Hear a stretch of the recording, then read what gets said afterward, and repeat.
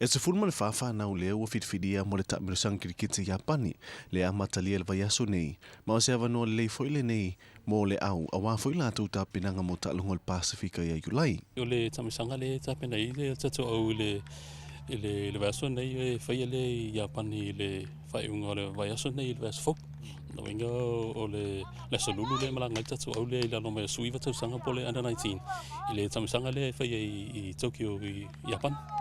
O le nei taamilosaga o le a faapena tausini o le au le atunuu e saʻile se latou avanoa mo le ipo lalolagi le o le a faia I Afrika I sauta I le tausaga fou. O le atunuu o loo faapena tauvā I le nei taamilosaga o Vanuatu, Papua New Guinea, Fiji, Iapani, faapea ma Samoa. Uiga o se avanoa tāua mo le tatou auā I leʻi fai ona ausia ia le tulaga ia I nisi o tausaga tonaʻi.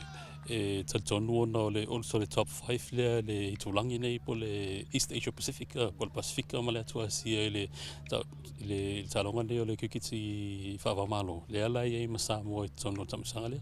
O le aso lulu o le vaiaso nei le tuua ia le au kirikiti le atunuu mai a matalia I le aso faraile I le aso tolusfulutasi se ia o I le aso 10 ma le tasi o Iuni.